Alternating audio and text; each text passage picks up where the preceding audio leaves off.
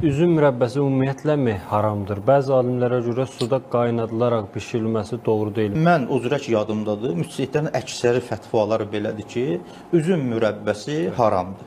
Yəni vaxtı ki, qaynadı. 2025 müsəlman ölkələri, müsəlmanlar 1400 ildir üzüm mürəbbəsi halaldır yoxsa haramdır? Onun uğrunda baş sındırırlar. 2026-ya 3-4 ay qalıb qardaşlar, 3-4 ay.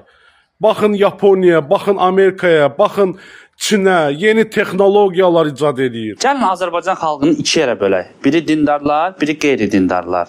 Dindarlar dinə inanır, dinin göstərişlərinə əməl edir. Qeyri-dindarlar isə əməl eləmir. Soruşanda da deyir ki, mən dindən uzaq adamam. Ən pis halda deyir ki, din zad mənlik deyil, mən belə şeylər inanmıram, mən içki içirəm, filan işlər görürəm, mən günahsad edirəm, mənlik deyil belə şeylər. Amma hətta o qeyri-dindarın yanında bir nəfər Quranı təhqir edilsə, durub onu vurar. İndi soruşacaqsınız ki, bəs bu sosial şəbəkədə ömürlərin, həyatların həsr edilir ancaq dini təhqir eləmək, dini söymək. Bəs bunlar kimlərdir?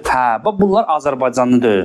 Onlar Azərbaycan ad, soyadı ilə internetdə ulaşan cuhudlardır. Deyərsiniz, hamısı cuhuddur. Bəli, hamısı cuhuddur, sübutum da var. Statistikaya əsasən Azərbaycanda 10 minlərlə cuhud var. Bəs bu 10 minlərlə cuhudun internetdə bir dənə öz adı ilə profilini mənə göstərə bilərsiniz? Yoxdur. Bəs bunlar hardadır? Məlumdur ki, bunlar bizim ad, soyadlar internetə girirlər və yazmırlar ki, orada mən cuhudam. Əgər cuhudam yazsa və dini təhqir eləsə, dindar, qeyri-dindar ona cavab verər.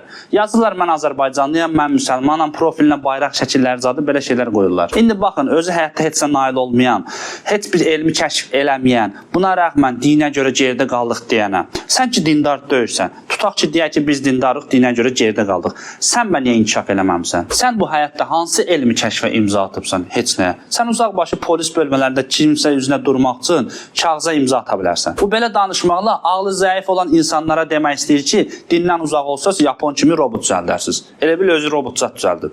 İndi gələk bu adamın kim olduğuna. Sizə demişdim axı, bunlar Azərbaycanlı deyil, bunlar cuhuddular. Gəlin sübut eləyim. Az qala Naxçıvan boyda ərazisi olan İsrail, 9 milyon vətəndaşı olan İsrail dünyada bütün müsəlman ölkələrinə meydan oxuyur. Müsəlmanlar ya Əlididir 1400 il, ya Əbəlfəzlidir, ya Zəhradıdır. İsrail isə onun əvəzinə beyin işlətdi, özləri hərəkətə keçdi. Gördünüz, əlavə sözə ehtiyac yoxdur ki. Biz bilirsiniz, haçan rahatlıq tapacaq. Haçan ki, 100-dən çox ölkənin elədiyin biz də eləsək. Onlar bilirsiniz, eləyiblər. 100-dən çox ölkələr öz ölkəsinin cuhudları qovublar.